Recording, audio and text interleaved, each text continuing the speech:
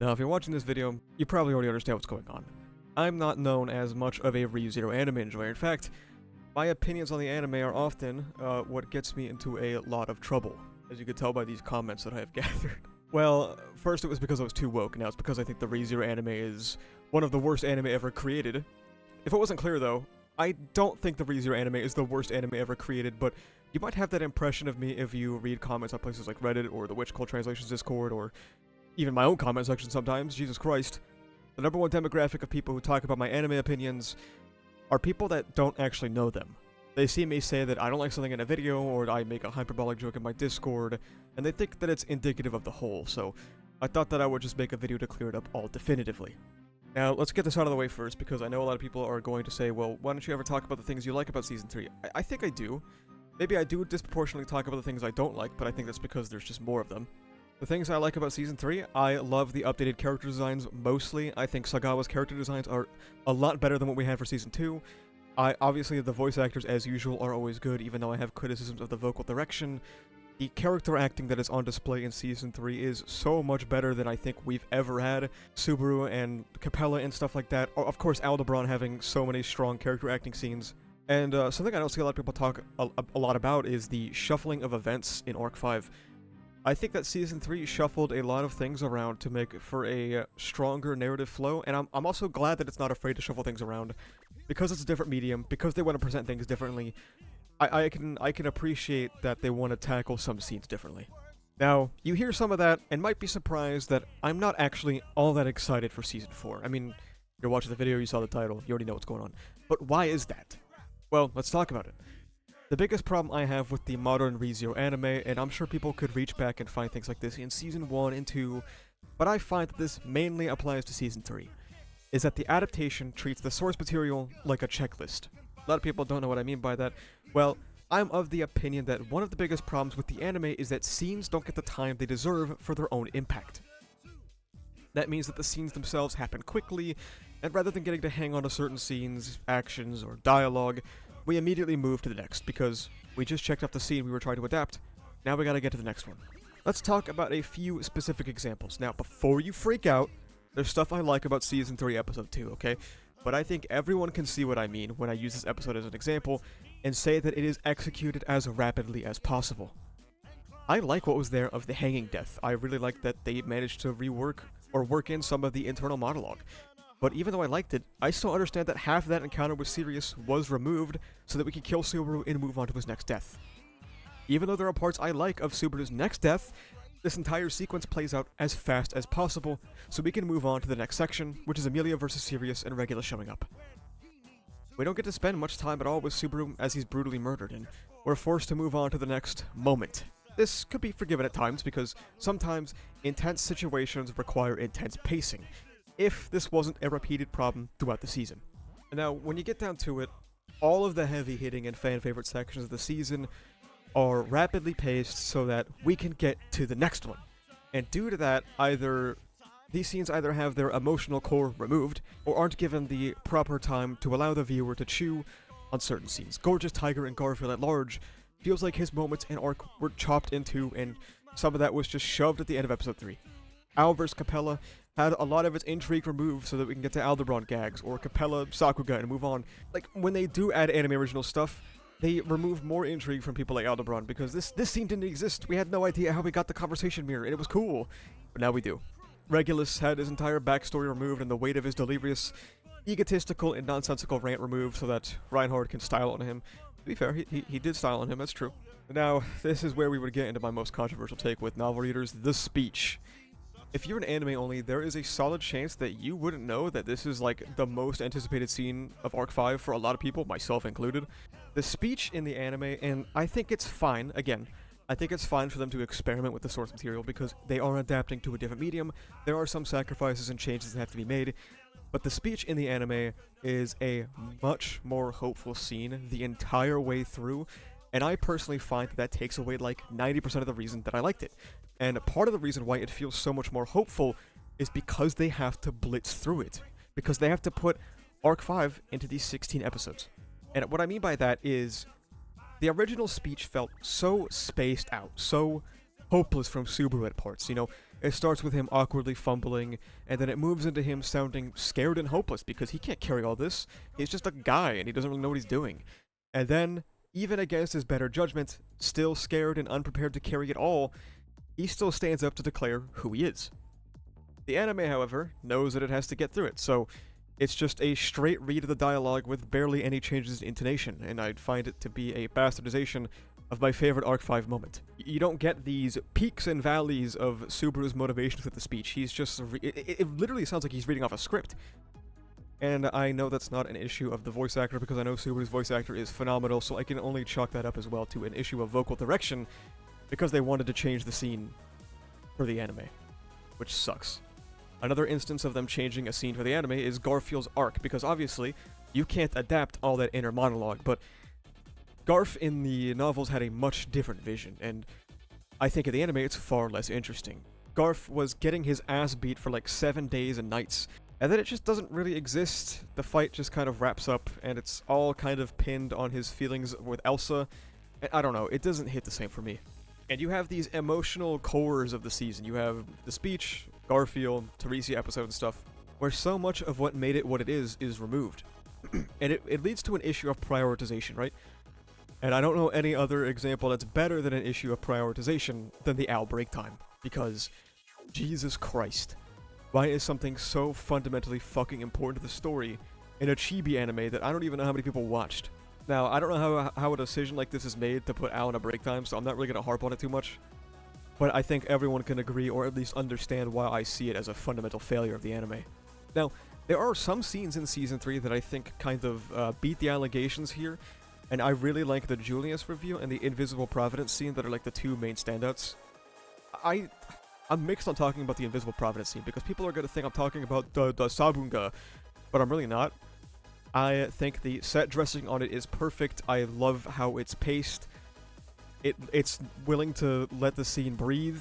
And the same thing goes for the Julius reveal, right? Like, you have characters not talking. You have the background music that's totally tonally dissonant, intentionally, of course, as we realize, oh my god, Julius's name is gone, that's fucking insane. And those are scenes that I think are handled wonderfully, because they get time to breathe, because they have proper build-up, they have proper set dressing, and it doesn't feel like the anime is just going, let's get this out of the way quickly. And because the anime wants to get things out of the way so quickly, it changes or tweaks the initial feeling of these scenes to, I think, be just not a match for the source material. And now that the Season 4 trailer is here, I can also use this as another example real quick. I like the cave, by the way. I think the cave scene is executed pretty well. It feels pretty claustrophobic. I think the lighting is great. I think the drawings are fantastic. I like that they're willing to play around with these shots like blue Anastasia for some reason. I mean, I think it's cool. That's not slander, I promise. But you have all these interesting ways of showing off what is going on here, and I like the cave. The tower, however, I have a much different feeling on now. I won't go too much into what happens in the tower because, I don't know, I want this video to be as friendly to people as possible.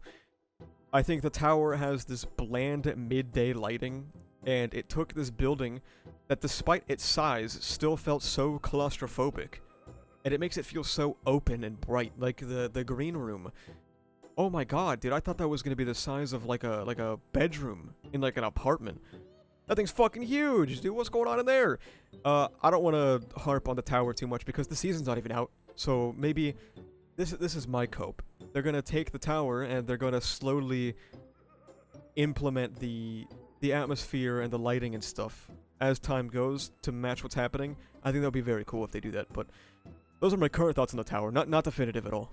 And this is all especially staggering when you have, God, a film that just came out, Chainsaw Man Reze. Jesus Christ, dude, that movie is phenomenal. And now I know what you're probably typing. You can stop. I understand that Chainsaw Man Reze is an anime film, and ReZero Season 4 is a TV anime. I obviously don't expect it to be exactly like the Reze film. That's never gonna happen. But you have scenes like the pool scene in the Reze film that they're not just willing to go silent. They're willing to make a whole spectacle of the pool scene that happens so quick in the manga because it's a powerful scene. And there's so much life injected into that scene, and of course the ending, which I don't really know how much I should get into it because I don't want to spoil people on the movie. I don't know how many people were able to get out and watch it in theaters, so I don't know. Reze film might be like one of the best anime adaptations I've ever seen. And I think the fundamental problem I have with the ReZero anime is that it is afraid of letting an empty audio wave, like this thing right here, it's afraid of letting this exist, where there's no sound and nothing is happening.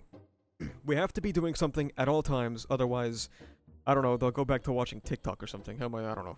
So, those are my more in-depth thoughts about the anime. It's a lot of people misattribute my complaints to cut content. Do I like cut content?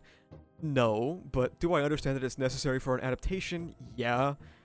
My issues with the ReZero anime stem more from the changes in portrayal and emotion and feeling and atmosphere that I feel the anime doesn't really capture or intentionally doesn't capture because it's changing it for a TV anime format, and I think it's worse that way.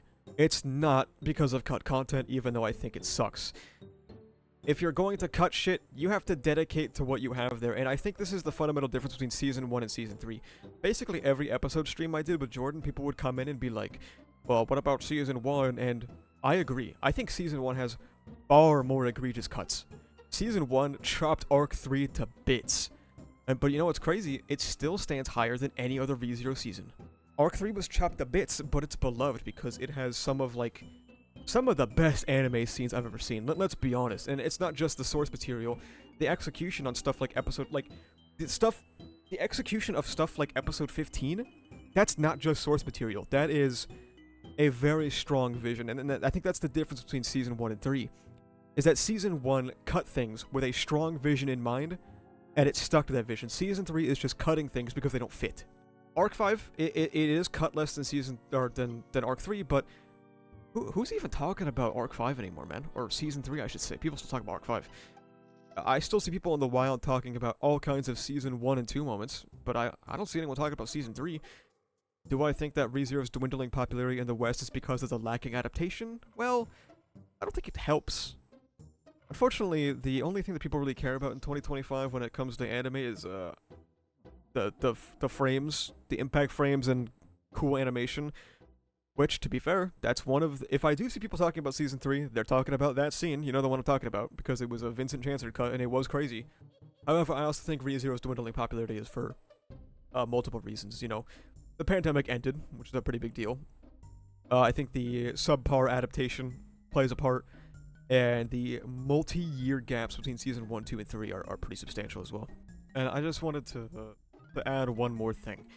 I know it seems hypocritical to say it's not about cut content and then kind of complain about cut content in some of these scenes, right?